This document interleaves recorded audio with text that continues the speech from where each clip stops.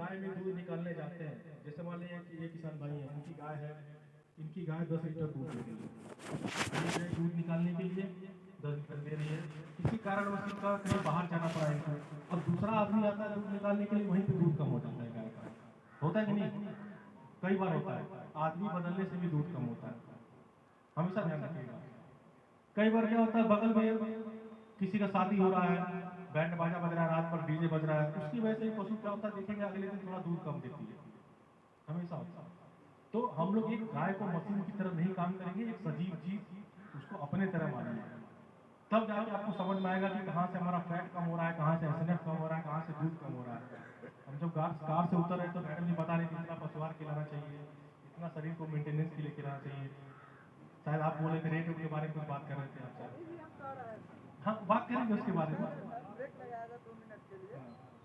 जैसे आपने बता रहे हैं गोदरेज कंपनी, आपने देखा रहे हैं हमको कि लिखा हुआ वही गोदरेज कंपनी है, हो सकता है कि आप तो इसमें फ्रॉड है, जाली भी कर सकता है, उसका मोहर भी बना सकता है, हम कैसे मान लें कि जो वही है?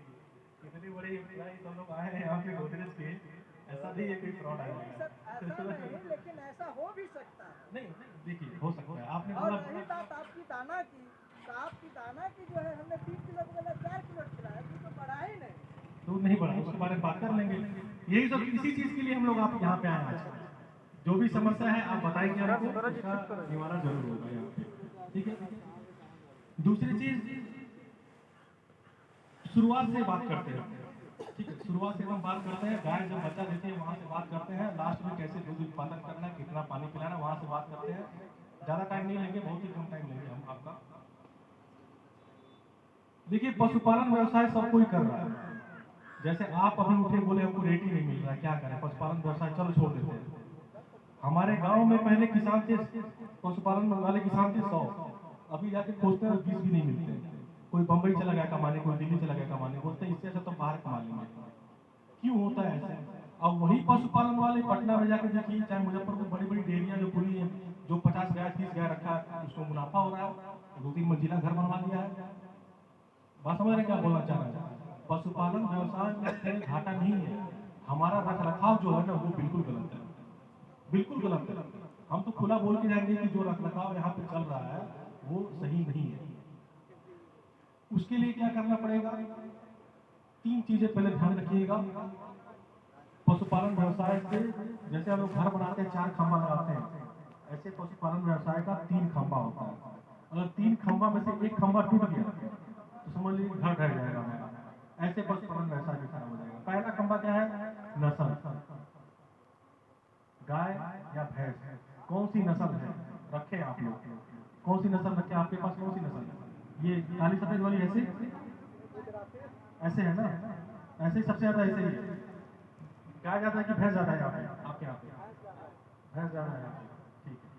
भैंस में ये हो गया एचएफ ब्रीड, भैंस में ये रखे हैं मुर्रा, वो भी प्योर मुर्रा नहीं होगा आपके पास, आपके पास 100 में से 1 लोग के पास होगा तो वाले उसको नहीं बोलते हो। तो पहला आपको पहचानना है नस्ल हमारी। अगर एक देसी गाय रखेंगे उतना ही मेहनत करना पड़ेगा जितना कि एक अच्छी नस्ल ज्यादा दूध देने वाली गाय रखेंगे, दोनों में मेहनत बराबर है, दोनों में मेहनत बराबर है। लेकिन हमको व्यवसाय करना है पशुपालन का, हमको दूध का व्यवसाय करना है, तो हम हमेशा अच्छा नस्ल लेके आएंगे। पहली चीज, नस्ल सही रहेगा दूध अच्छा मिलेगा। अभी कितने लोग यहाँ पे हैं उनसे पूछ लेंगे ना आपकी गाय की क्षमता कितनी है, कितना दूध देने की क्षमता है, 100 में से 80 लोग गलत बताएंगे, हम प्रूव भी कर देंगे उसमें। अगर ये चाचा बोलते हैं कि हमारे गाय का क्षमता 10 लीटर है, हो सकता है ये 10 लीटर से ज्यादा दूध देने वाला पशुआहार ही नहीं खिलाते हो सकता है हरा चारा कम खिला रहे हो सकता है सूखा चारा कम खिला रहे हो सकता है कैल्शियम विटामिन मिनरल शरीर में कम जा रहा है, इसलिए 10 लीटर दूध दे रही है। देखिए तरीका क्या होता है ना दूध का, एक गाय आप लेके आए उसको पशुआहार खिला रहे हैं, मान लीजिए 2 किलो उसका डोज, एक उदाहरण दे रहा है। अब क्या करेंगे आप, अगले दिन उसको 2.25 किलो करेंगे, तभी 10 लीटर दूध दे रही है। उसको अगले दिन क्या करेंगे, 2.5 किलो खिलाएंगे पशुआहार, 10 लीटर से बढ़ के 11 लीटर हो गया, समझ रहे बात। फिर 3 किलो पिलाए तभी 11 लीटर, 4 किलो पिलाए तभी 11 लीटर, और गोबर पतला होने लगा। इसका मतलब हमारे गाय की जो क्षमता है देने की, दूध देने की क्षमता केवल 11 लीटर है। और उसको काजू खिला दीजिए, बादाम खिला दीजिए, किशमिश खिलाइए, गाय के ज्यादा दूध नहीं देगी।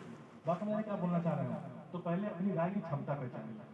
तो ये हो गया नस्ल के बारे में पहला खंभा। दूसरा खंभा क्या है? संतुलित आहार।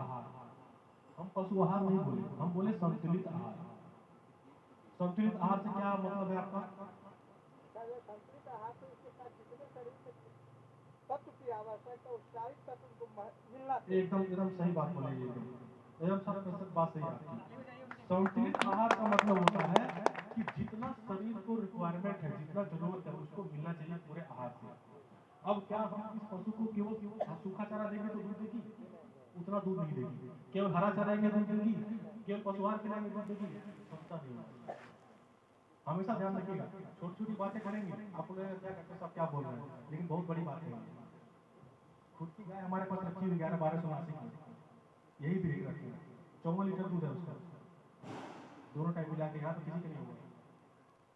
तो संतुलित आहार का मतलब जैसे हम लोग थाली में रोटी लेते हैं, फिर चावल लेते हैं, सब्जी लेते हैं, दाल लेते हैं, सलाद लेते हैं, उसके ऊपर से बोलते हैं थोड़ा मरचा लाओ, थोड़ा अचार लाओ, बोलते हैं पापड़ लाओ, सब मिलाने के बाद एक संतुलित आहार बनता है। उसके बाद हम पानी भी पीते हैं।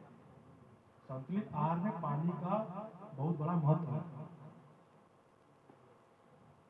तो पहला मैंने खंभा बताया नस्ल, अच्छी नस्ल लेके आनी चाहिए। दूसरा खंभा मैंने बताया संतुलित आहार होना चाहिए पशु को। तीसरा मैं बता रहा हूँ जो खंभा बहुत ही सबसे महत्वपूर्ण यही है, रखरखाव।